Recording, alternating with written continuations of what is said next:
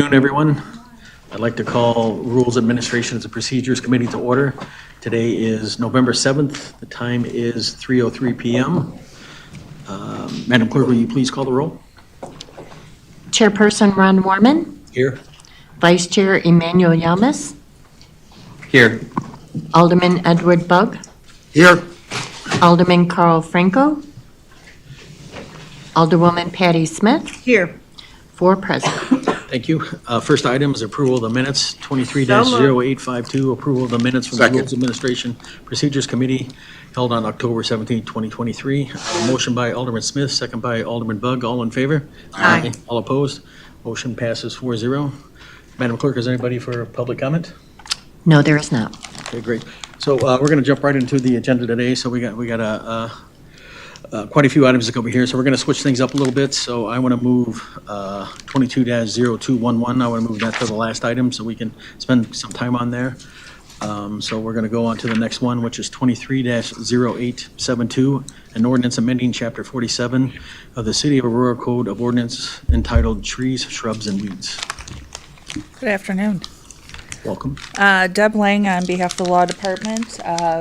I've been working with Alex Voigt and the tree board staff, and we have looked to amend Chapter 47, the Trees, Shrubs, and Weeds Ordinance. You will see in your Legistar item the red line version, and just to give an overview, I did not do a PowerPoint.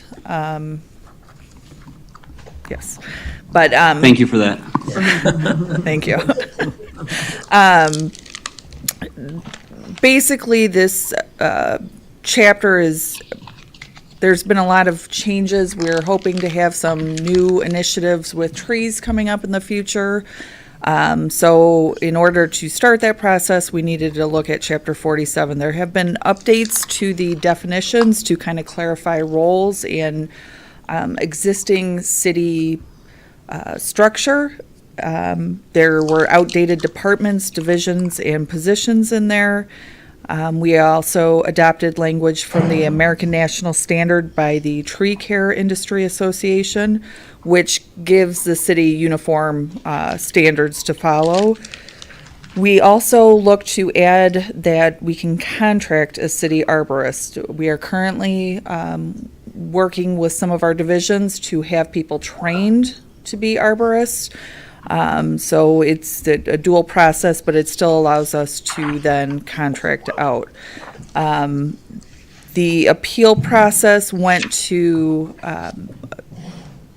entities that are no longer in existence with our current code, so we have updated the appeal process when there is an issue with a type of tree. Rather than vest that in the tree board, it will go through our administrative hearing process, which is in Chapter 3 of the code. Additionally, we added and updated the violation and penalty portion under 47-11 to make it consistent with other portions of the code, and updated the license portion, but it's only licensing for contractors that are working in the public way. So there was already an existing portion in there, but we kind of cleaned it up and narrowed it to the public way. Finally, you're going to hear in a few minutes from Alex Voigt about the arboricultural specification manual for the city of Aurora. That is really where we dive into the details. If you do get a chance, read through that document, you will learn quite a bit about trees. Does anyone have any questions with the amendments that were redlined in the item? Questions, comments? I Alderman do, Smith, yeah. and I did read through this because Ward 8, since I have been here, has needed the most trees Yes. every single year, by far. So this affects us. But I don't see really anything in this document that affects the need for trees and the replacement trees. So is that something you're going to discuss, or is this just, am I out of the scope of the conversation? If I am, I'll just stop. I would say that's outside of the scope of the conversation for these two documents. Okay, all right, then strike that, please. Yes, and we do have tree board meetings you are welcome to come to. Yeah. I've gone to 2. You learn a lot. Any other questions, comments? A dead tree is a dead tree. Alderman Bug? Thank you. On page 7 of the document, it talks about if the arborist denies a request for a tree, that there is an appeal process. So if the arborist denies that request, is the resident automatically informed of the appeal process? Are they given the complete steps that they would need to go through to appeal in that letter of denial? I don't, The intention outlined in the ordinance would be that it would follow any denial and appeal process. So they would receive information regarding the denial and then how they would appeal that. But is it in a letter format? Because I don't know that we've gotten down to that portion as far as creating documents. It doesn't say if it's a letter. Well, But at some point, we inform them that they have been denied, yes, but that's why but that was specific to a resident's request to plant a tree that's not on the approved species list. So that was a very narrow section that you're referring to. So it would be a tree that is either not allowed or not on the approved. right, species. right, yeah, that's, Okay.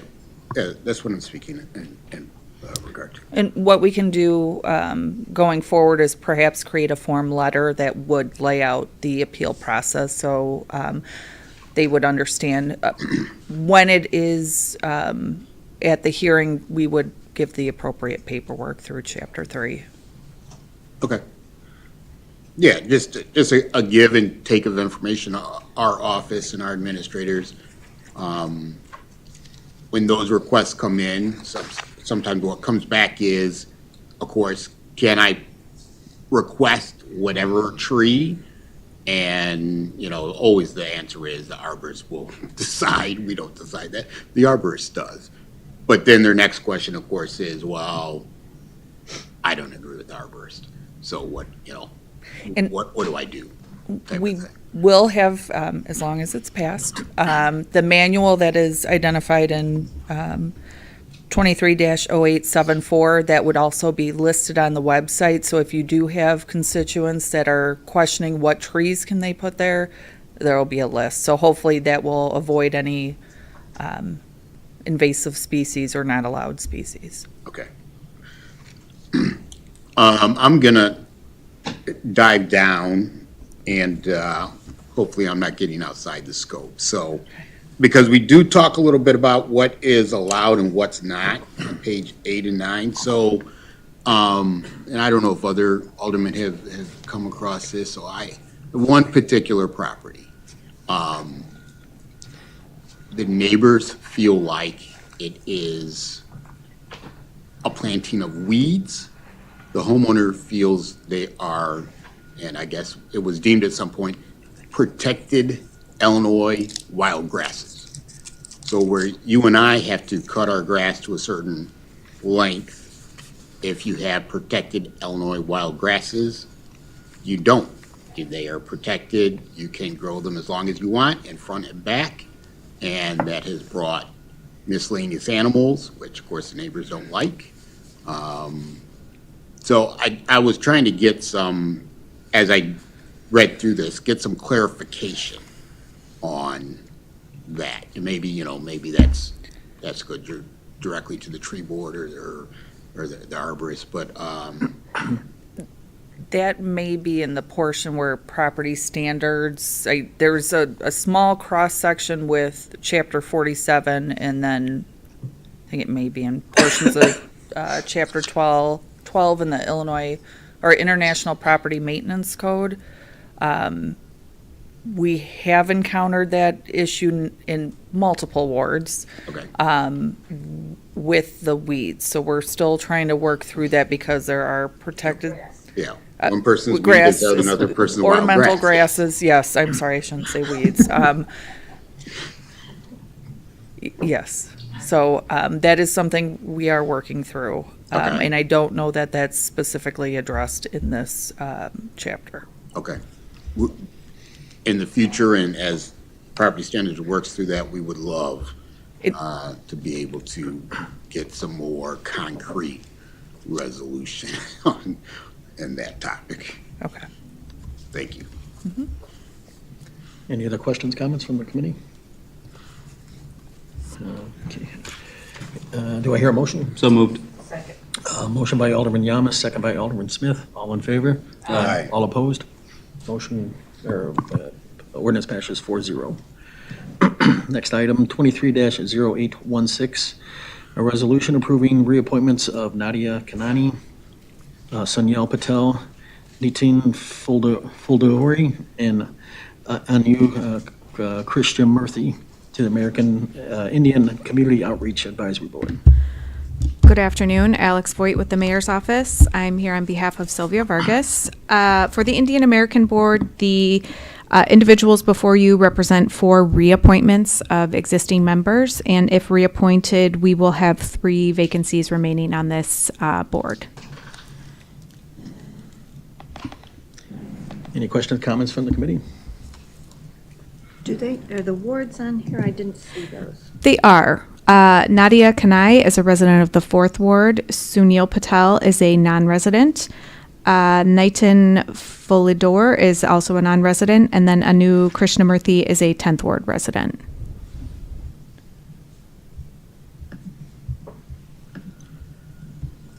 Any questions, comments? No motion to approve. Second. Motion by Alderman Smith, second by Alderman Yamas. All in favor?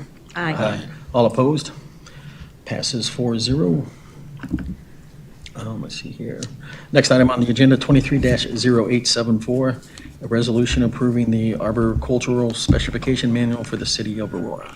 Yes, good afternoon, Alex Voigt, here from the Mayor's Office. So the Arboricultural Specifications Manual, which Deb just referenced, is an accompanying document. It's referenced several times in Chapter 47, and as we began to review Chapter 47, it does not appear in the ordinance. It states that this document is required to be reviewed and approved by the City Council. We don't have a record that that was done previously, so we did update the document with staff. We had great staff support, and then also 2 volunteer community members who are both certified arborists took the time to go through and review this document, and we've made recommendations. So we'd like to gain City Council approval of this, and the updated date will be a minimum of every 5 years from this point forward. And with that, I can take any questions. Questions, comments from the committee? So moved. Second. Just one question. Alderman Bug? Do we have an arborist on staff right now? So or- we actually have, I believe, 4. Okay, We have 4 arborists on staff right now. excellent. Thank you. Any other I questions? should point out, though, I'm sorry, go ahead. none of them are the designated official city arborist. They are an arborist, okay, just to point that out. Okay, thank you. Co-arborist. Any other questions, comments from the committee? Co-arborist, yes. Hearing none, we had a motion by Alderman Smith, second by Alderman Yamas. All in favor? Aye. All opposed? Motion passes 4-0. Next item on the agenda, 23-0894, resolution approving the reappointments of Dr. Yolanda Stovall, Keith Wise, Sandra Harrison, and Glenda Blackmore to the African American Heritage Advisory Board.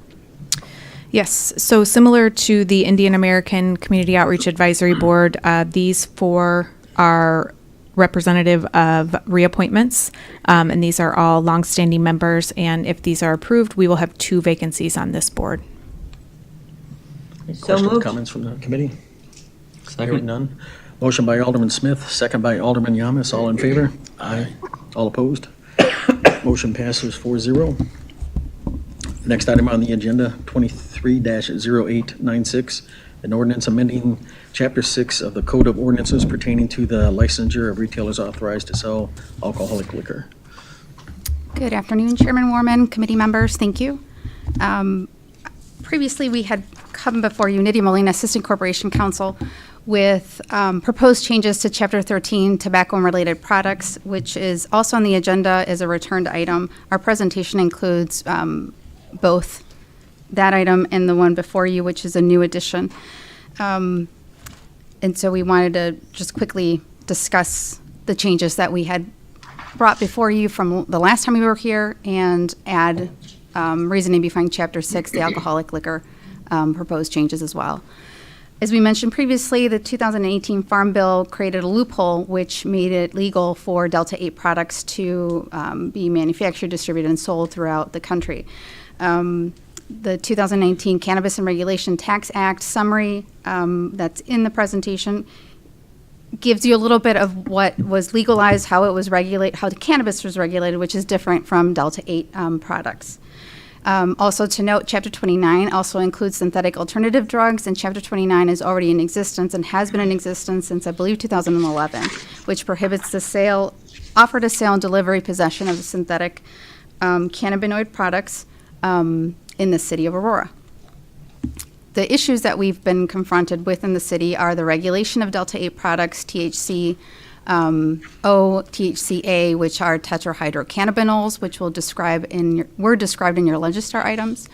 The adulteration of the product, which is the synthesizing of Delta 8 and the effects of that product, and also access.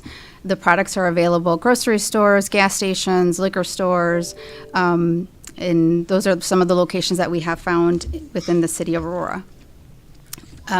Last time when we presented, one of the items was asking to provide a difference, an explanation as to the difference between hemp and cannabis. So we did include that in our presentation. They're coming from the same plant. The difference is the concentration of the tetrahydrocannabinol, which is THC. Hemp, it contains 0.3% less or less of THC content by dry weight.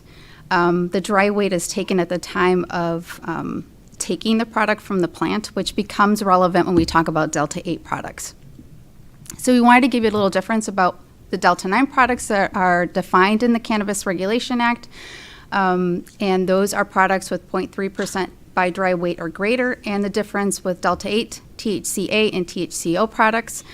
Delta 8 should be 0.3% less at the time of I don't want to say picking, but at the time of processing. The problem is that at the time of processing, it may weigh 0.3%, but at the time of consumption or the time of actually distribution, once it gets synthetically synthesized and changed chemically, that amount could vary.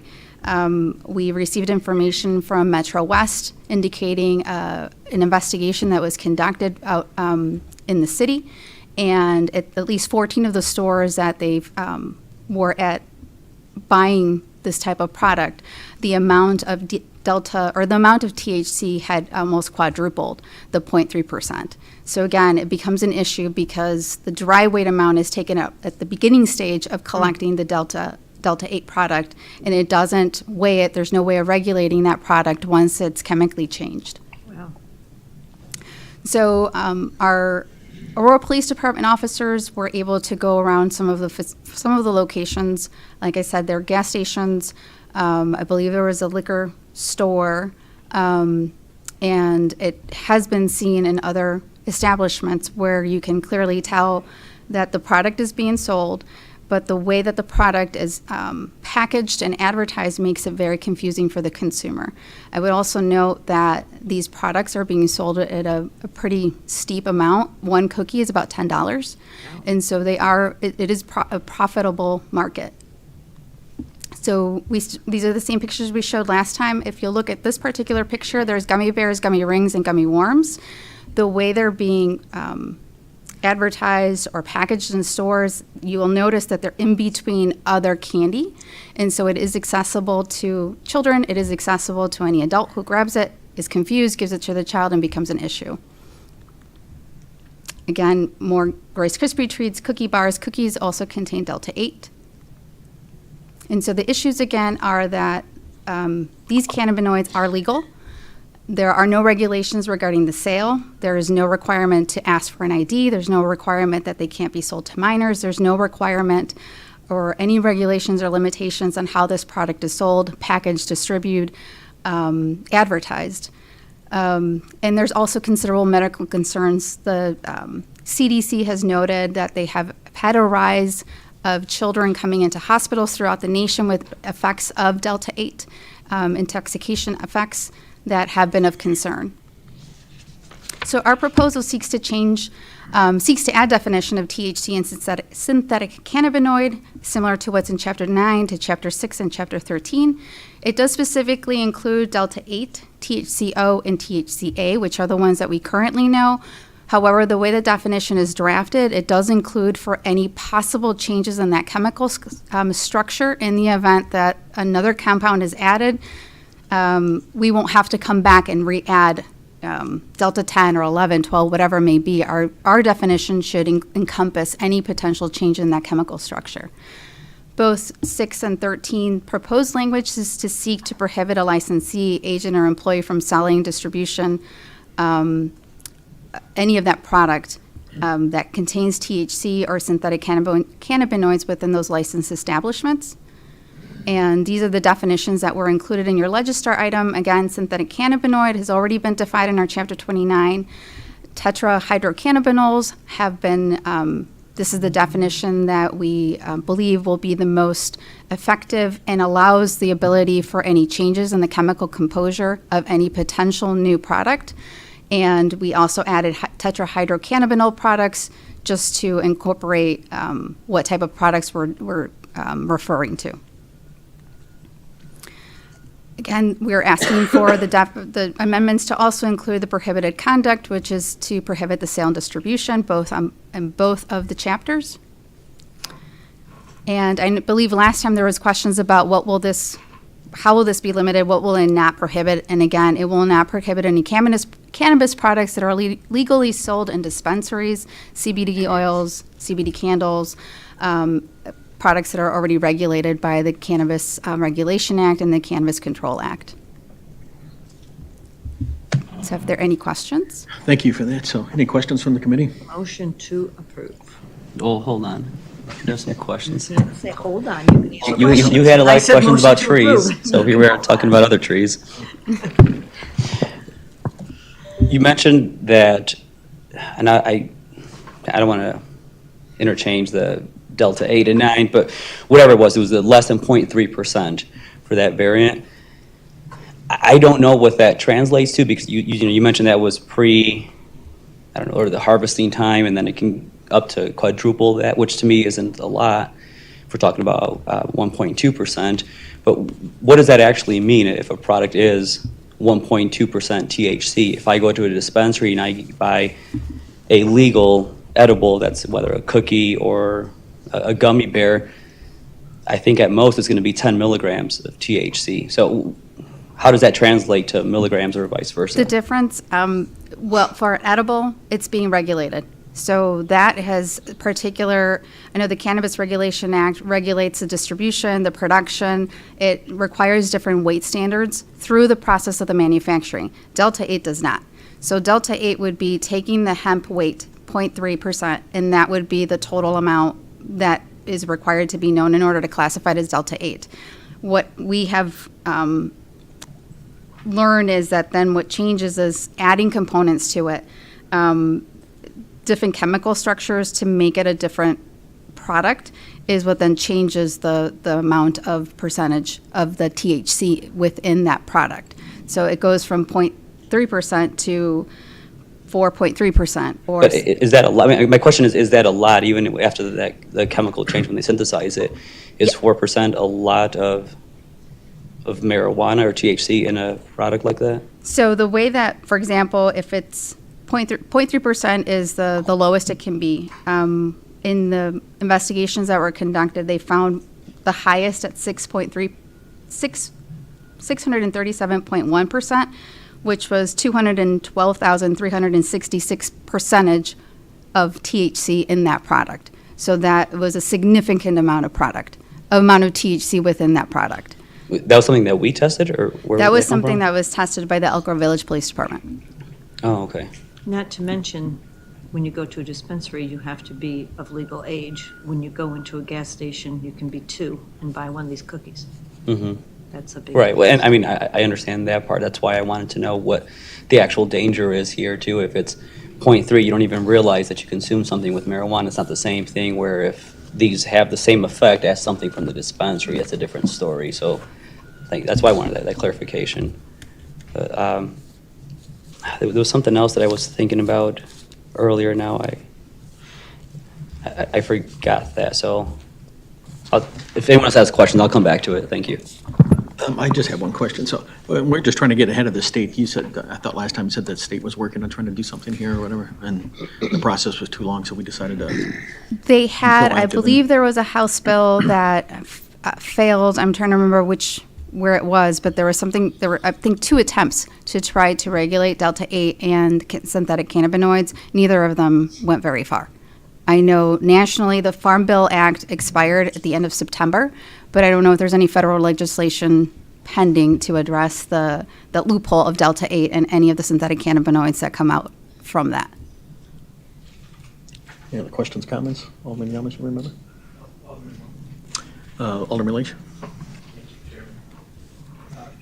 There is state regulations pending. They'll probably come out with something, but my question is about enforcement. What is APD going to be doing to test this to determine whether there's synthetic versus naturally produced THC? And is this going to affect anybody beyond gas stations and quickie marts? Are these being sold at the CBD dispensaries, not the cannabis dispensaries, but the CBD dispensaries and smoke shops? So to answer your first question in terms of enforcement, the packaging itself would give us enough ability to enforce. The packaging itself says that it contains Delta 8 product or THC or THCO. The problem we'll run into, and it's something that we'll be working with the department, is those packages that are just clear packaging and they look like it could be a brownie, whether or not there's going to be resources to send those to a lab, a private lab or a state lab to do that. But for now, the packaging in and of itself says that it contains Delta 8, Delta 9, or I'm sorry, Delta 8, THCO, THCA. I think there's another variety on some of those packages that maintain that that's what the product is. With respect to your second question in terms of whether or not this will affect the cannabis stores, they're regulated by the regulation or the Cannabis Regulation Tax Act. And so unless if it's defined as cannabis, it would fall under that. If they're trying or they're selling Delta 8 products, it would fall under our Chapter 9 synthetic cannabinoid. Chapter 13 and 16 would only apply to liquor license establishments and tobacco, nicotine, and vape licensees. You're welcome. I remembered my question. So Yes. This ordinance right here is specifically tied to liquor license holders? Correct. So really, the reason we're doing this is just another enforcement mechanism for us, so that we could threaten to pull someone's or revoke someone's liquor license if they are selling these products. Yes, it would be tied into the liquor license rules. And then if someone doesn't have a liquor license, we still have the other ordinance that would prohibit this, right? Correct. It would be under Chapter 29. Okay, cool. Thank you. I'm sorry, 13.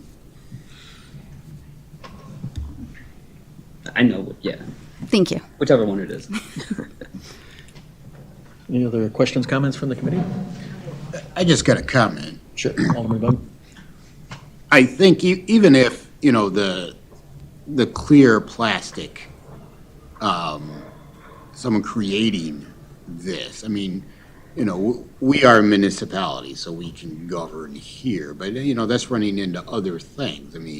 You are creating something for sale. The FDA, of course, has all, you have to have a list of ingredients. You have to have this, You just making something, put it in a baggie and putting it on your counter and selling it doesn't pass muster. Maybe, not under our purview, but certainly our police and their contacts can move that along if that's becoming a problem. So,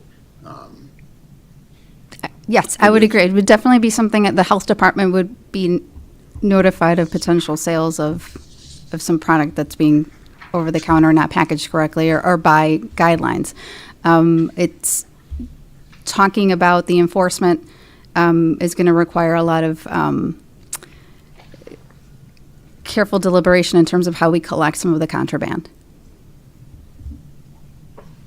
okay, thank you. You're welcome. I'll second. Have a motion by Alderman Smith, second by Alderman Yamas. All in favor? Aye. All opposed? Motion passes 4-0. Thank you. Thank you. Next item on the agenda, 23-0904, a resolution approving the appointment of Jersey Kimbrough to the Aurora Youth Council.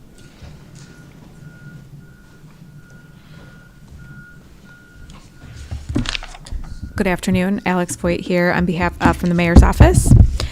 This appointment before you represents a new candidate for the Aurora Youth Council. This individual would be representing West Aurora High School.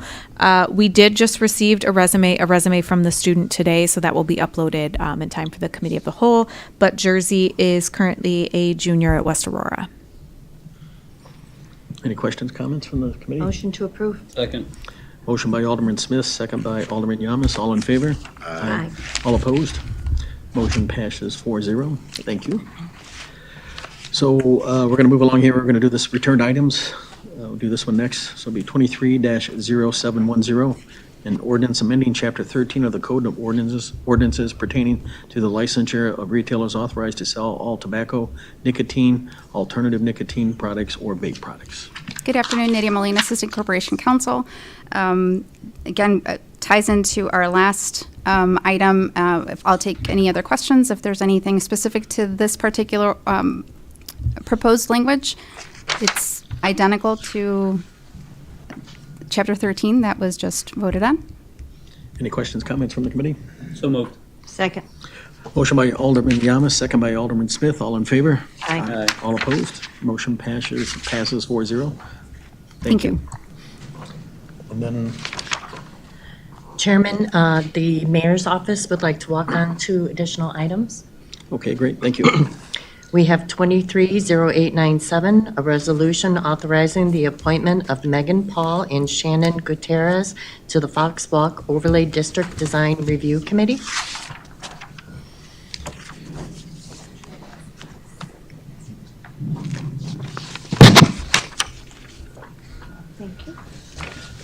And just to clarify before we get started, we're not going to vote on these, right? We're just gonna Correct, discuss correct. them and- Yes, these are, and thank you, RAP Committee, for taking the time to review these. These are board appointments, and while they are not urgent in nature, because it does take 4 weeks to go through the appointment process, we did ask the chairman if the committee would be willing to review. This is for the Foxwalk Overlay District Design Review Committee. The 2 individuals before you represent new members. It's taken staff quite some time to identify individuals willing to serve on this body, which is extremely important. So Megan Paul owns Vera Design. She's a 4th Ward resident. This commission is one that has specific membership requirements. And Ms. Paul also serves on the Public Art Commission, so she would be the public art representative on this body. And then Shannon Gutierrez, of course, owns Wickwood House. She is a 5th Ward resident, and she would just, she's technically an at-large member. She's a downtown business owner, so she fulfills the requirements as well. And if approved, there would be 1 remaining vacancy on this board. Any questions or comments from the committee? Yes, so no action taken today? No action, I'm correct, right? No action Correct, today? yes, and these would appear as new business on the November 21st Committee of the Whole.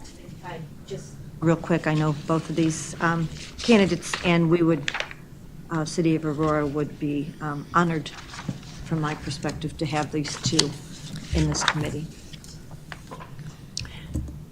The next item is 230900, a resolution approving the reappointments of Cheryl Dodson-Lewis, Melanie Wimbley, and the appointment of Gabriel Robinson to the Aurora Housing Authority Board.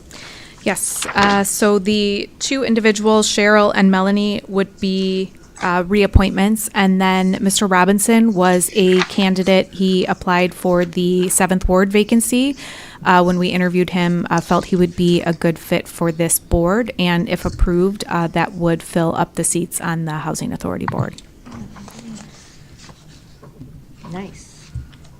Any questions or comments from the committee? And again, this will appear on the November 21st. Correct. Yes, as new business, both of these.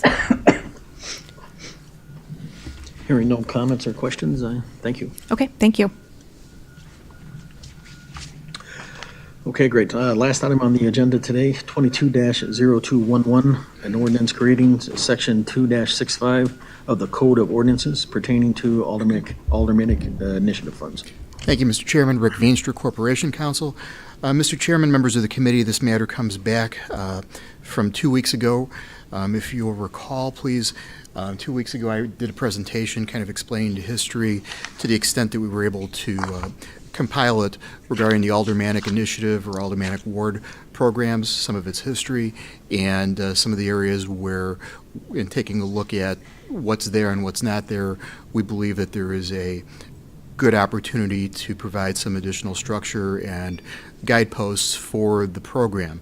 As it exists right now, it is essentially a creation of tradition and inertia.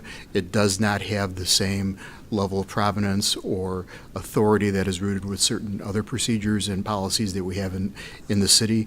And for that reason, the law department has put together a proposed ordinance that's mostly designed to capture what we have and codify it and try to basically adjust it into a form that provides for some reasonable administrative rules and processes in determining the method in which those expenditures are made.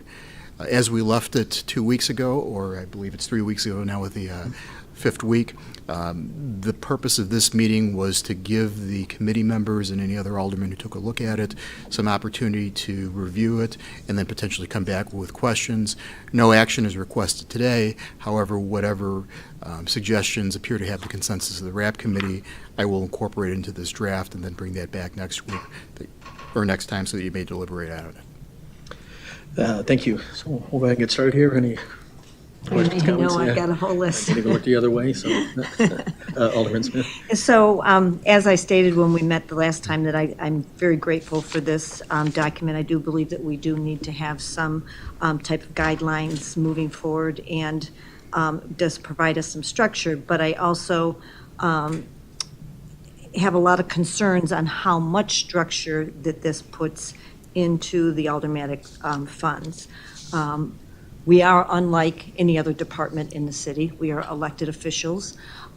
We don't get to come in front of the finance committee each and every year and ask for a budget to what we need or want to spend in our ward.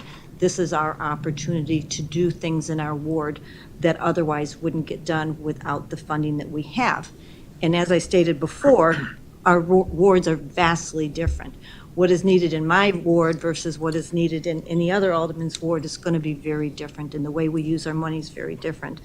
And just a reminder is we often talk about the fact that we are home rule, so we do get to make some of our own rules, and we need to remember that here as we do this as well. So even though perhaps another municipality doesn't have this, we do, so we need to make it fit us.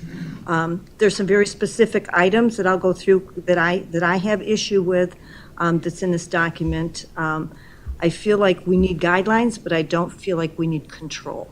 I think any place we're using the word shall, which when you shall do something, it means if you don't do it, you are breaking the ordinance. If you should and you don't do it, you as an alderman are taking the responsibility on yourself to do it or not do it. That's one area. I also believe that no one alderman at any time should have the ability to make a decision on the financial expenditures of any other alderman. I do not believe one alderman has the right to make a decision for another alderman. If we have to go to that far, if we have to go through an approval process, it should go through a committee, not one person. I think that's very degrading to the alderman asking permission to have to go to a chairman and ask for permission on how to spend their money. I do believe we need a third category. We all talked about that. We need a third category of funding. The two categories right now don't work for probably all of us because of how our wards are structured. I don't believe we need to have permission to spend over $3,000. Our department heads have a $50,000 ability to spend before they even ask us anything. And then lastly, for me, and probably most important for me, is I do not believe that we should be talking about forcing aldermen to encumber their budgets. And if we want to have that discussion, it would need to be something that would be a grandfathered, from my opinion, should be something that we would grandfather in. If I don't spend my $75,000 this year, it's because there's not things in my ward that need to be spent on. But that doesn't mean that next year I have more expenditures than I had this year. So encumbering and/or doing things the way we do it in departments, you lose your funds if you don't encumber it, and they go back in, quote unquote, into the city budget. A lot of aldermen have projects in which they hope to do in their wards in the future, and if we choose not to spend all of our money in a year, that's a good thing. So we're not just spending needlessly, we're spending as needed per the ward. So those are pretty much my issues with this document. And for now, I will leave it at that. Mr. Chairman, do you mind if I address? Yeah, certainly. Alderman Smith? Yes, thank you. A few things, Alderman Smith. I think if it were the desire of the aldermen to make presentations annually as part of the budget process to the Finance Committee and have individual appropriations or individual budgets set out for what they're looking at doing programmatically for the next year, I think that would be something that could be accommodated and potentially should be accommodated. That is potentially one way of dealing with some of the administrative matters here. If the alderperson looks at what they're looking at doing both on a capital side or a non-capital side and makes that presentation to the Finance Committee, and then that's the budget that's approved, that is one of the ways that you could have the structure that this provides more of kind of a global, not quite ad hoc basis, but something that's a one-size-fits-all solution. So if it was the desire of every alderman to approach the Finance Committee every year with their budget for $75,000, and then the Finance Committee specifically approve that and make the recommendations going through the process, that would be one way of doing it. The purpose of the ordinance as drafted right now was try to basically take what's there and make it fit into an ordinance structure.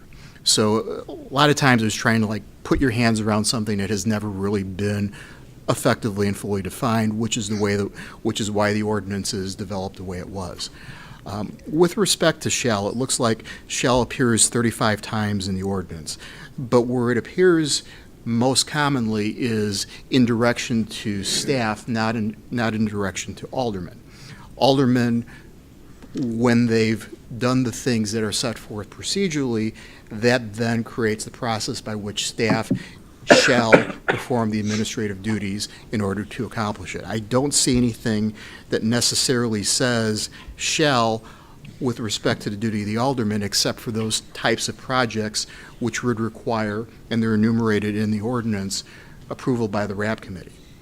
Now, with respect to the concern about the one alderman veto process, where that language comes from is provisions that deal with deadlines, where an alderperson would present something that is one of those out-of-the-box types of projects that needs RAP committee approval. Recognizing the time that it takes to move through the RAP committee approval, there's a deadline in the ordinance set at 60 days. So long as the alderman proposes and sends that request to the RAP committee within those 60 days, no other alderman's approval is required. The reason that the chair is required after that 60 days is a safety valve to give that alderman effectively a second bite at the apple in order to move that project forward in case the alderman did not have the materials that that alderman needs to have ready for RAP consideration by the deadline. So effectively, it is a variance. It is again, it's an alternate way and avoids the hard and fast rule of saying you shall do it at 60 days or you don't have the opportunity presented to RAP at all. So that's how that plays into it. It's really more of an administrative function saying 60-day deadline set by the ordinance, is set by the city council, has passed. I'd still like a chance to do this. Is there a way to do that? And then that would lie with the authority of the committee chair to put it on the agenda and see if that request can still be accommodated. It also appears in the ordinance, I believe a little bit later, with respect to expenditures that don't require it and when that check request has to be processed. And again, it's one of those deadlines that is proposed in the ordinance as saying, if you do not submit your check request by a certain date, it doesn't get processed. So it's effectively creating, again, another safety opportunity, another alternative means of getting that check issued past the deadline. So effectively, it's a court of appeals, essentially. You hit the deadline. Ordinarily, the ordinance would say, unfortunately, this particular project can't move forward, but there is still an appeal process that you have, and that would be the RAP committee chair. And it's not necessarily because the RAP committee chair is the presiding officer. It's because of the role that the RAP committee has in establishing the rules for the office of the alderman. So it's a little bit different than if you were asking the chair of the finance committee for permission to do X, Y, and Z. RAP is different inherently because it's really the only committee of the city council that has the same level of interaction with a quasi-department, the office of the alderman. Isn't there a place in there also that says you have to go to the chair, to the finance committee as well? That is a situation where it comes to a budget transfer. And so it's a little bit of difference, and it's not the finance chair who signs off, it would be the finance committee. And that would be only if you were taking money that was set aside for capital expenditures and asking to have that ability to use that funding for non-capital expenses. If you want to take non-capital funds and put that towards a capital expense, a brick and mortar type thing, that is something that wouldn't require that extra level of procedure. So the door only swings one way in that particular case. You only have to seek the approval of the finance committee if you're taking money out of a brick and mortar project and put it somewhere else.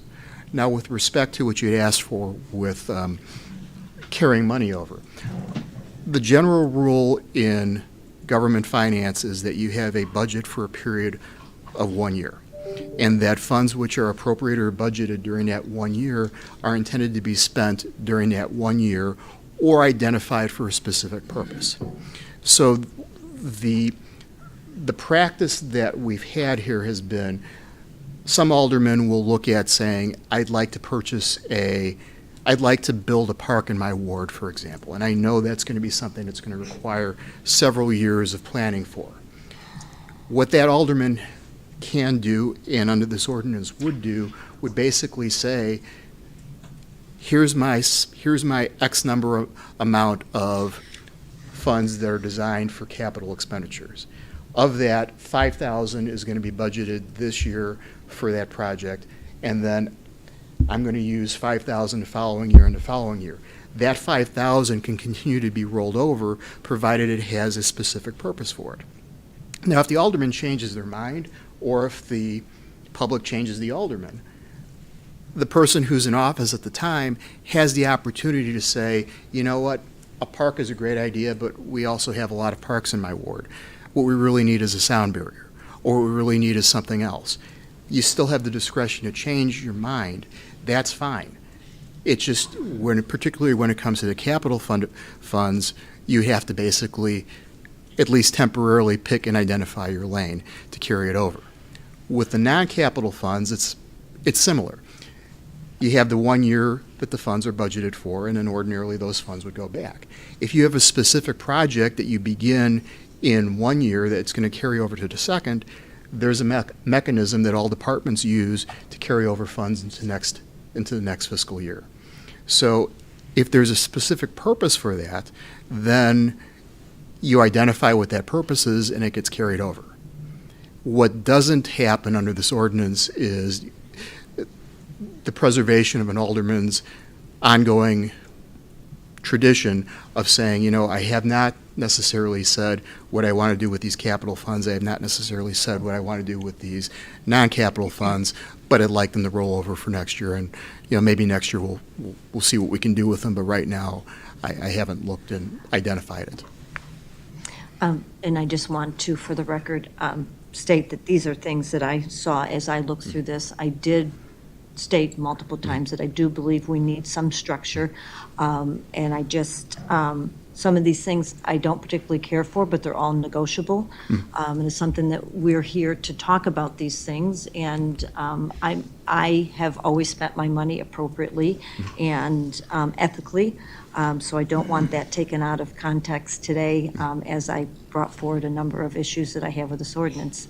I see how all of my fellow aldermen spend their funds too, and I want us to all work together to come up with an ordinance that we can all live with. And because we are all so different, I think that's going to be difficult, but I don't think it's impossible. So I do support moving forward with this. And then the one thing we didn't address is the adding to another category of. And that is something I'm going to talk to Chris Minnick a little bit about to see to what extent we can divide it potentially further. The concept that we're looking at is, and I know Alderman Bade raised the issue last year about things like, last time, things like adjusting for inflation and the like. The idea was essentially to create two separate pots. One pot for capital and one for non-capital that the city council could budget money into. The capital fund would be divided 10 ways. The non-capital fund would be divided 12 ways in order to accommodate the funds for the alderpersons at large. And within that act every year, potentially one year the pot for the capital may be larger in one year, it may be smaller in the next. Same thing on the non-capital. So there's ways that the Finance Committee, as it budgets and determines what the likely use of those funds are for the alderman and how much an alderman is likely to need generically for either capital or non-capital, to make that determination as part of the budget process. I'm finished, thank you. And I just have a couple of points to make too. So I brought this up last time too, was about the 50K that any department head could do that, but they still have to go through the same procurement process. They got to get competing bids and everything like that. There is a procurement process that applies even when it's within the purchasing authority of a department head. And remember, the department head's purchasing authority is going to be based on the budget, so there's specific purposes and things that a department head can purchase. I can't, as a department head, go out and purchase a box of widgets for purposes unrelated to the law department, even though I have that authority. So there's more strings attached than necessarily may be seen from just the purchasing authority. If Ken Trouth wishes to go and contract for labor, goods, or services in an amount over $30,000, he can sign off on the purchase order, but before he signs off on the purchase order, it has to go through the competitive bidding process, and he's effectively awarding the contract on behalf of the city council to the lowest responsible bidder. So it's not as if it's happening in a vacuum. They still have to comply with all the purchasing requirements that are set forth either in the ordinance or the finance department's purchasing policies. And then I know you brought it up. I have zero desire to have a $75,000 presentation to the Finance Committee, right? I mean, I just want to put that out there, so. No, I just said Yeah. that because this is, Cool. we don't have that opportunity. Yeah, no, I was just saying, I would, yeah. and then, I can't recall the reason for the capital versus non-capital outside of, that's how we've always done it, that's where that came from, right? There is the traditional aspect, and I think because there is the capital versus non-capital, it at least created a framework for dealing with the members of the city council who do not have wards to represent the necessarily capital projects within those wards. Certainly that could be changed, but at least to mirror the existing tradition, that's what this draft is based on. And I agree with that change, just so you know. And then last but not least, and I'll open it up to other committee members. Sitting on Finance Committee, we saw something coming down 2024 about how they're enhancing a lot of the marketing and website and everything like that. I think with 2024, and I don't know when it'll happen, but I still say that, and I know everybody's going to say, well, people like to get the mailer. 10 people like to get the mailer, the other 90 would rather get an email. So there's plans of enhancing our automatic websites and our ability to communicate with our residents that I think once everybody hears the 2024 budget, I think we'll be excited to see that happening because it'll eliminate a lot of the the mailers, a lot of the work that goes into the mailers, and, I mean, it'll still happen, but I just think that that opportunity to do something electronic is going to be very exciting for everybody, so I just want to FYI everybody on that, so. And there are certainly things that can be done to stretch even the dollars that are appropriated as part of this process further. You know, if the alderman's office looked at a central purchasing process for purchasing the newsletters or things along those lines, or printing, for things of that nature that ordinarily are spent individually by alderpersons, that may be potentially an avenue for cost saving. If, for example, you know, you have 10 newsletters that are going to go out at approximately the same time, potentially it may be easier to find one vendor who's able to print 10 different newsletters as opposed and mail them out at the same time, potentially at a discounted rate, as opposed to 10 individual mail houses or printers. So there may be some other ways of doing that too. That's not necessarily part of this conversation, but you know, if there are ways of looking at potentially getting a little bit more efficiency out of what's there right now, there are other options as well that the committee, the RAP committee, can ultimately look at. And then one more question. This is more of a, just in general. So, again, I hear how it's been 75,000 for how many years, 10 years, or what would that be in next year's budget where we could approach about raising it or lowering it if when there's? Effectively, every year, the budget, through the budget process proposed by the mayor and then reviewed by the finance committee, that's the process where those, at this point, 2 buckets would be filled.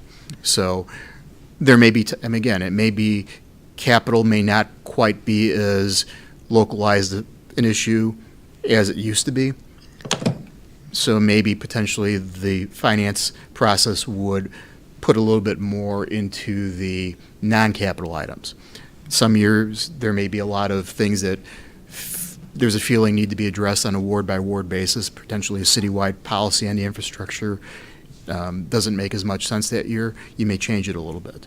And that's something that would, each finance committee and each council would have the opportunity to look at and make adjustments on its own. So, again, if we wanted to say go 75,000 to 100,000, that would be done through the budget process? Exactly. Okay. Yeah, there are very few numbers in here other than thresholds, and that was intentional because we wanted this to be a general and permanent application of an ordinance as opposed to something like a budget, which would change every year and we wouldn't codify that. And then you plan on speaking with Chris Minnick regarding the capital versus non-capital, whether Exactly. the reasoning behind that or if it's necessary? If it's necessary to maintain the separation, or whether or not it's possible potentially to create a third category, you know, non-capital but communication or something along those lines, as Alderman Smith is. Grants, beautification. Yeah. Any other questions, comments from? I will address what I addressed last time, and really, my recommendation in the end is going to be to remove the scholarship portion and that be treated as any other grant program, and then I myself or any other alderman can work with Mr. Minnick. Of course, the finance department was the one who originally set up, at least as far as scholarships, set up those accounts. Okay. So when donations come in from a third party, a ABC business, for a scholarship, it comes into the city. It's in that city account for scholarships. And look at, you know, just a comparison of, because we have other entities doing the same thing. We have any number of boards who give out scholarships. So to do something uniformly and the way, you know, and of course, it has to be legal, it has to be passed muster through the state and the financial regulations. So I don't have any issues, you know, going forward with that, because you know, the scholarships that I at least set up, everything is blind, so there is no, you know, there's nothing there. The only person who knew who was getting my scholarships was the woman sitting down there, because she was the one in charge of coding and making it secret and that, and I didn't. As a alderman, I didn't know who was getting the scholarships until about 24 hours before. Like I said, everything was blind, but yeah, like I said, that it's going to be a lot of work and a lot of looking at how the boards do it and put everything together in a legal way. And I don't know how fast you want to move this document along, but yeah, that's what I would recommend. Yeah, as drafted, Alderman Bug, it prohibits scholarships except for those to a governmental or nonprofit organization or a school district that awards scholarships exclusively to city residents. It's not prohibited. Is that the language you'd like to strike altogether, or can I wordsmith that potentially to embrace what you're describing? I think the reason for that language in there is to avoid a situation where a resident of a particular ward may go to their alderman and say, Alderman so-and-so, can I have a X number of scholarship to go to whatever? And then that alderman says, sure, and issues that check from the ward funds. Not too dissimilar from the way the General Assembly program used to operate in the state of Illinois. So that's the kind of thinking that we were looking at. I don't think there is a particular issue in terms of making something, I think the way you described, work in here. Yeah, like I said, I think that portion of it is just going to take longer in asking Mr. Minnick and delving that out and some guidelines, because we, of course, on the next page, it talks about, payments can't be made to family members, and of course, that'll be the same for scholarships. I told my kids a long time ago, guess what? You are not eligible for a Ward Night scholarship. You're just not. That's the way it is. So, those things need to be there. So, yeah, I mean, it's just a lot to it. And I don't think we want to hold up this whole document for that one little section. I will talk to Mr. Minnick and see what ideas he might have on that. And it may not be quite the word surgery as it may seem, but we'll see where it is. Any other questions, comments? I have a question. Alderman Garza? Yes, I'm Alderman Garza. My question is, with the capital funds, why is not possible to pay the cleanups with that money? Because cleanups lately are $9,000. Also the trade events, right? I don't know, 2,000 something they cost. So we have to pay with the 25,000 we have. And sometimes we have so much programs, like in my case, so we have the computer classes for seniors and other programs. And sometimes it's very tight with it's why I don't have the cleanup every year. I have every other year. And constituents in my ward, they want to have every year, especially with the big things like metros and things like that. And I think, thanks to have the cleanups, we have the ward the way it is. Because in the past, everybody throw the mattress and furniture in the alleys. But lately, they cost more and more and more. And I don't know if it's possible to pay that with the capital fund.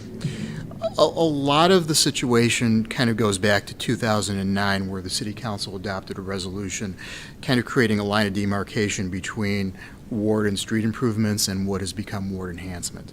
And as of 2015, the policy from the from the former office committee, and again, I think reasonable minds can differ as to the weight that this document has, but at least as it was articulated at that point, neighborhood cleanups were considered to be ward enhancement items as opposed to the capital. So at least that was the thinking of the chairs of the various committees back in 2015 who comprised the office committee. I think my suspicion was there was a feeling that the infrastructure funds would be, things that were designed for infrastructure or capital would be the brick and mortar type things, whereas something like a neighborhood cleanup, while it certainly has a neighborhood beautification effect to it, is more in the way of maintenance and not necessarily that same type of project. It wouldn't necessarily be something Yeah, performed by our like, public works last year, we department. ordered the benches for the park. And was the discussion we had with the alderman's office. They want to pay with the regular account, and I think it's infrastructure. I think there's probably a better argument to install benches in a city park and have that being capital related And than it that's would what be I for. think they're supposed to pay with that. There's a better argument for that, although it's not clearly broken out in the 2015 document, again, for whatever value we place on that Yeah, because document. 25,000 really, when we have a lot of programs and a lot of cleanups and shore events and all that, really, we are very tight with that. Plus, all what the parks need. So I talked to you already about, we need to do maintenance. In McCarthy Park, the fences already start chipping, so we have to do maintenance before they get worse. And so we want to need to know, if I do by war funds, they want to cost us. So who want to do that? Well, I mean, I think my answer would probably be twofold. I mean, if it is a city park, particularly a legacy city park, I think the better conversation would be had with the Parks Department about the issue and whether or not the Parks Department can address that rather than using ward Yes. funds, because that's not really what the ward funds were necessarily designed to be there for at all. But again, I think doing something like a fixed public work is really what's more in mind of that infrastructure or the infrastructure and capital than what was traditionally referred to as a ward enhancement item. Okay, thank you. Alderman Lace, you're welcome. Chairman Warman, thank you. I just wanted to, this is actually an issue you talked about briefly, but page 3, referencing our funds, the city council may provide additional funds for deposit into the accounts of the at-large for the sole purpose of paying costs associated with citywide constituent communications. Is that something you envision going into this third category? And then it being a budget item that's dispersed like that? And if we decide to spend them, you want to do an email program and I want to send a mailer? Sure. I'm just curious, and My personal thoughts are, regarding especially our unique position, is and we can have this offline because I think many people have heard me talk about this before. I think in general with this ordinance, when we first initially talked about this, it was like 9,000's gone on a cleanup, and I only have 16,000 left, and a mailer is 8,000, and this and that. So that's where I came from. That first we were going to go 3 categories, and then I've always preached, to me, less is more. And if you want to spend 25,000 on a mailer, then you can do that. And if you want to spend 50,000 on a park, you can do that. So I was at first open to no capital, non-capital, just however you've seen fit, and let the voters decide if they felt you spent anything inappropriately. I brought back, speaking to mailers again. That third category is just like that, communication, and it can be used for this. And but I don't want to have to, me personally, define, because then we're going to sit here and say, well, this is a tree 3 foot below. Is that really a tree, or should it be a shrub? And does that, I just don't want to sit here and nitpick. Not that $75,000 isn't a lot of money, but I think, if we could sit here and vote on a $500 million budget, I think we should be trusted with managing $75,000. So, but that's just my personal opinion. So, but my whole deal on Alderman at Large Fund, something we can take offline or something like that, because if we're looking at this from a ward standpoint, you and I have a big ward, in my opinion, and if they need 75,000 for their little tiny things, and we have our big massive, that I feel like that we should have more money to do so. So, Well, and So much to say about if that. if I had a real, much of this ordinance was written quite some time ago. It's the 22 number on the agenda, but my recollection is the idea was to partition the 12 different slots for the alderman for each of the aldermen, so you would have separate funds, and then after that concept was developed, then it was raised. The very realistic issue was raised about, well, how does an alderperson at large communicate to all of their constituents when their constituents are 10 times the number of constituents that a ward alderman has, and how to adjust for that. So that's how that language is kind of called out there, not necessarily as an afterthought, but as a way to implement that or solve that potential issue. I don't know that today's a good day to talk about the difference between aldermen, ward aldermen and aldermen at large, but, I get hundreds of emails from my constituents in a day, things that you guys do not take care of, and that we do. So I think that these are things that need to be discussed offline. Wow. With that being And said. it's times like this, it's great not to be an alderman. Yeah. Oh, wow. My budget, you get all my problems. That's great news. That's great news. Any other questions, comments? Alderman Bay? I do have a few questions. Thank you, Chairman. Sure. If we go to page 7, Okay. line number 7, authorization process, the chief of staff shall prepare forms for use by the alderperson in authorizing disbursements for the capital and non-capital purpose under this section. Is this new, or this is what we have already been doing and we are just putting on the document? I'm not sure what mechanically happens or what forms are used when you request money from the funds in order to create it. So the purpose in drafting that language was basically the chief of staff gets the forms and sets the forms up, and those are the forms that are being used. So I'm not sure if you use the same forms or if it makes sense now that we've got the express capital and non-capital funds to have something a little bit different. Maybe they could be different colors for easier spotting or processing. So the idea was we're going to have forms. They may be the same forms, but we're going to put something together that's going to make sense and fully affect the intent of the ordinance. What's there right now may work for what we have, but the ordinance may subtly change things, so it may be better to have a form that reflects the ordinance as opposed to just the document we have right now. I know there's at least one form that I saw recently that is still being used in one of the departments that reflects a version of an ordinance that was repealed some time ago. So whenever we do something like this, it's good to refresh. So how do we know, and by when will we know what will be the new process? Because this doesn't define if there is any change or if we are using current process. Currently, we have DocuSign, and sometimes if there are needs, there are some credit card payments directly by the staff. So I want to make sure, like if we are buying just bags and the staff is buying the bags for us, do we need to fill this form and wait for the whole process, or it's going to be? It's my expectation it will be, in a worst-case scenario, will be an updated DocuSign form. So it may be a DocuSign form that has an additional field, and I'm sure initially the chief of staff will use the forms that are there until there's been a chance to improve something and make it different. Certainly, we would, depending on when if this ordinance is enacted, we could also build in some transition period so those types of things start happening in advance of the rest of the ordinance kicking in. You may recall we did something recently with our economic disclosure forms, passed the city council, but there are still several months that we built into it to allow for the development of the computer system that will actually carry it into effect. So we can phase those parts in if necessary.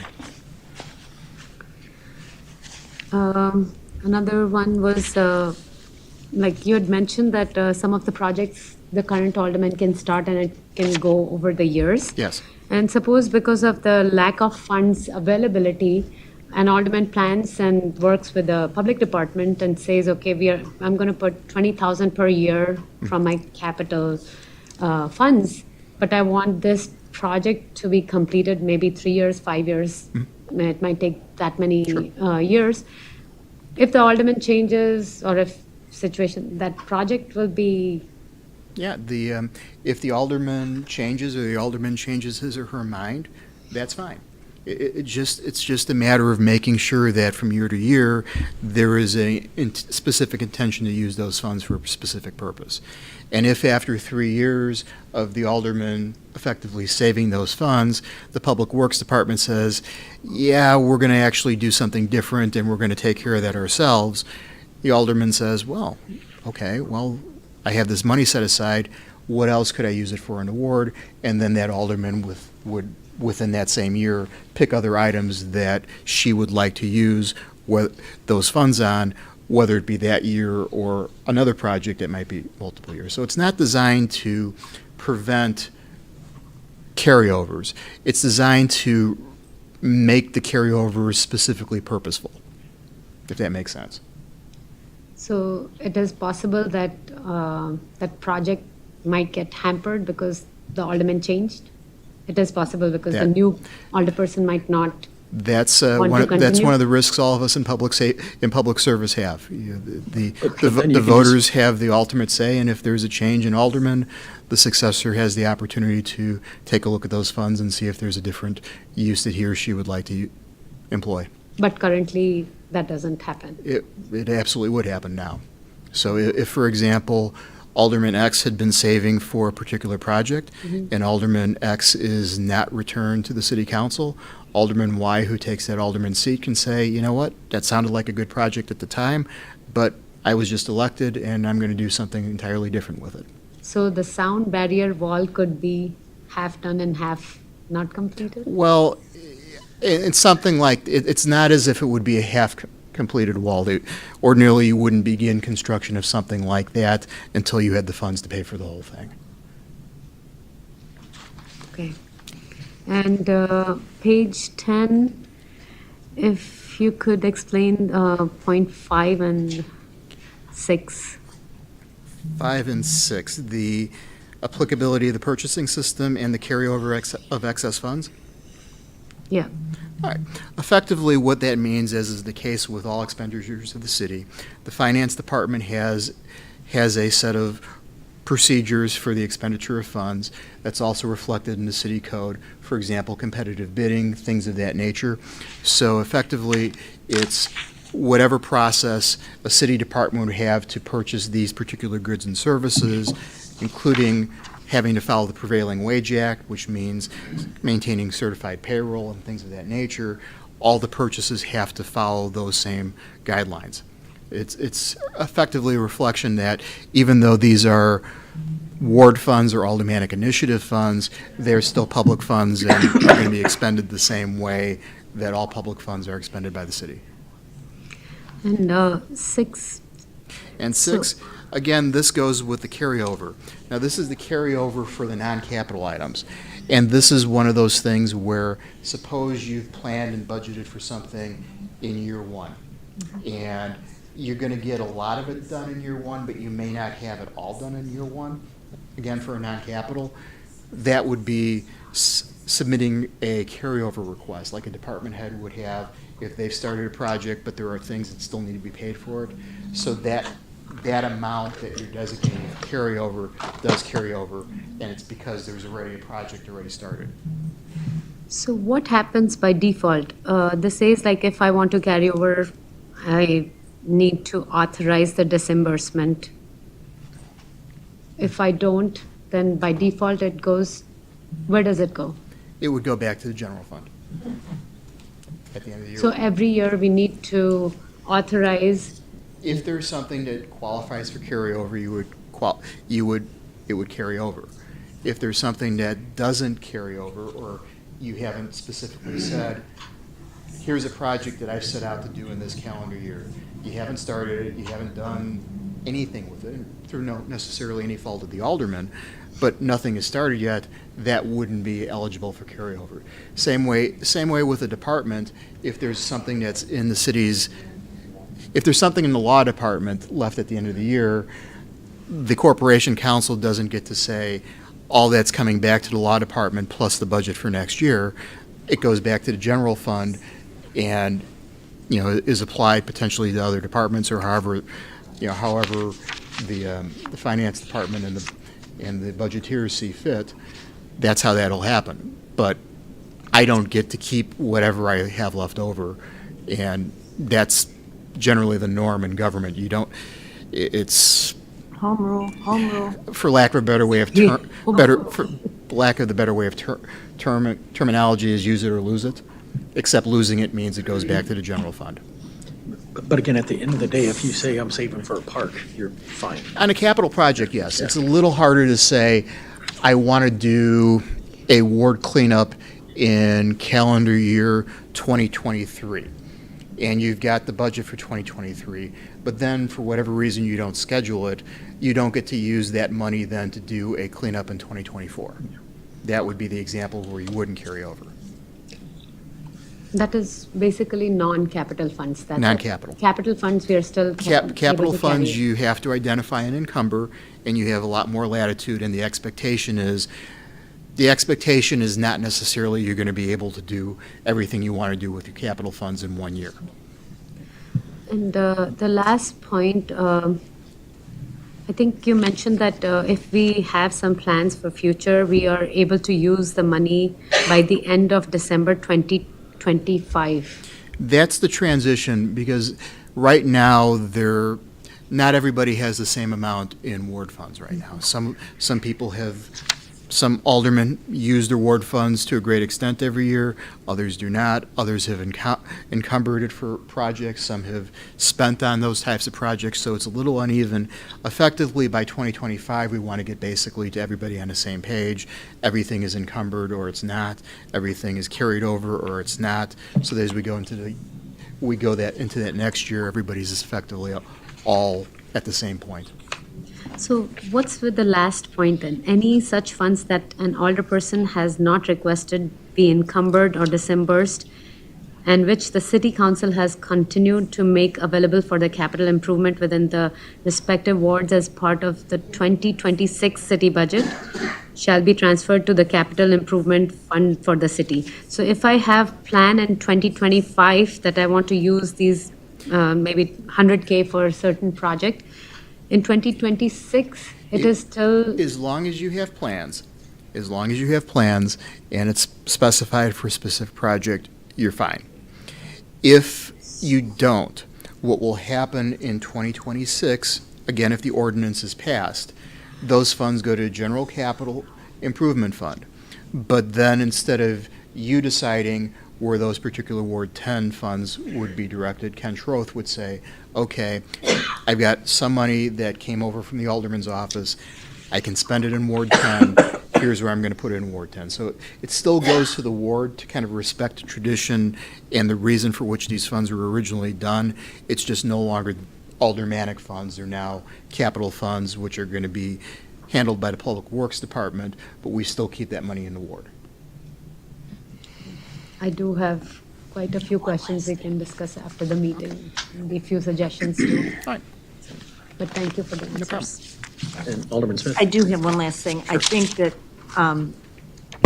we need to take into serious consideration grandfathering some of these funds that have been in our accounts that we're saving. I think that as we come up with a new ordinance that we start in 2023 or 2024, we need to start it in 2023 and 2024, and then move forward, call that the clean slate from going forward, and allow those who have done what they can consider the right thing with their ward funds to continue to make the plans that they had planned with the money that they have, and not, it's a little bit of upsetting the apple cart to think that I have a deadline in which I need to spend all my money by, and I have been very frugal, very conservative with my funds, with a plan to spend them on a larger project as my ward needs them.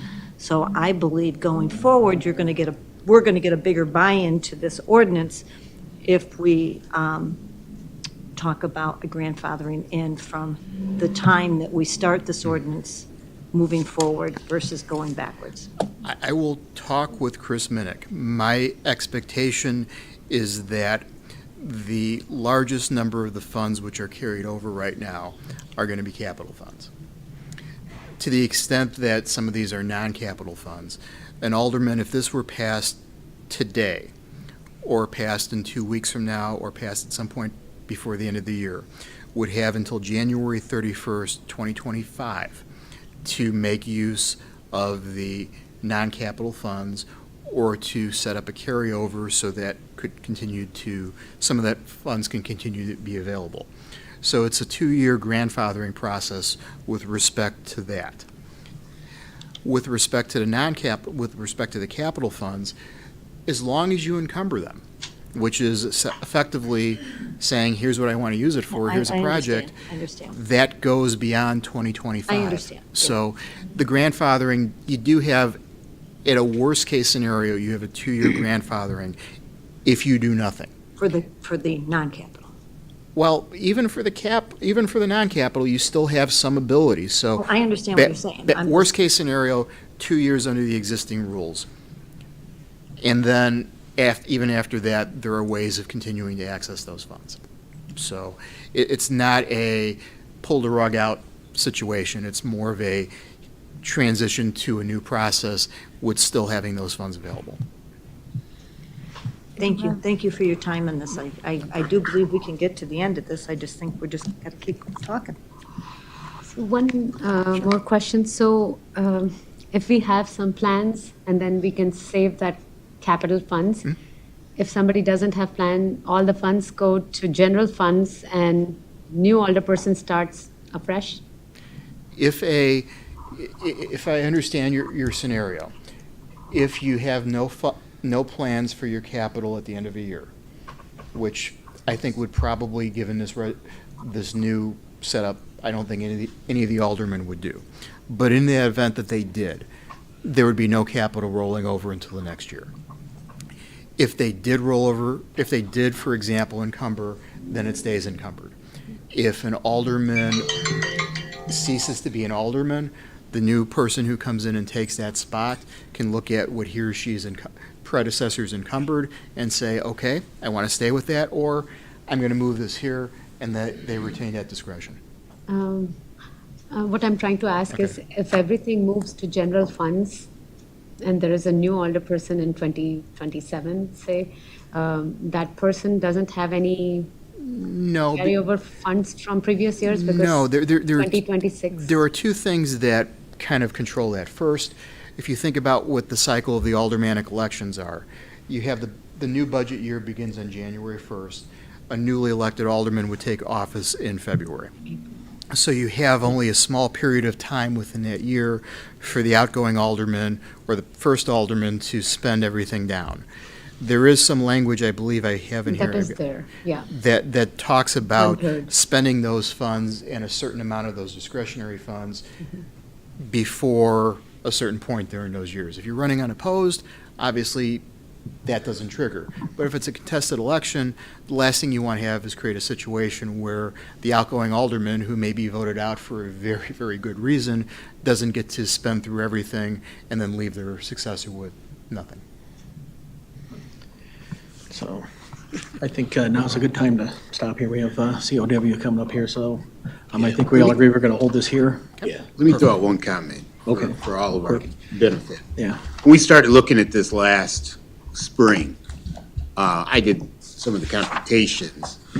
And we talked about, of course, that 75,000 number is just not what it used to be. But when we took a look at the 75,000, a year and a half ago, the value of $75,000 from going back 10 years when we kind of instituted it, the value of that was $44,000. And the year and a half post-COVID, we know what the inflation has been. I believe the number is about $39,500 now. The value of our $75,000. So when you're doing whatever event, basically everything has doubled. And so that's where Alderwoman Smith talks about grandfathering in some of those funds. If you're gonna do a cleanup and a shred and this and that, it's just not going very far anymore. Not as far as it was in 2012, 2013. I just throw those numbers out, so we have. Appreciate that, so, appreciate that. Second. So, I heard a motion to approve. yeah. No need for a closed session. Do I hear a Motion to adjourn. motion from Alderman Yamas, second from Alderman Smith? All in favor? Aye. This meeting is adjourned at 4:33 PM. Thank you, everyone.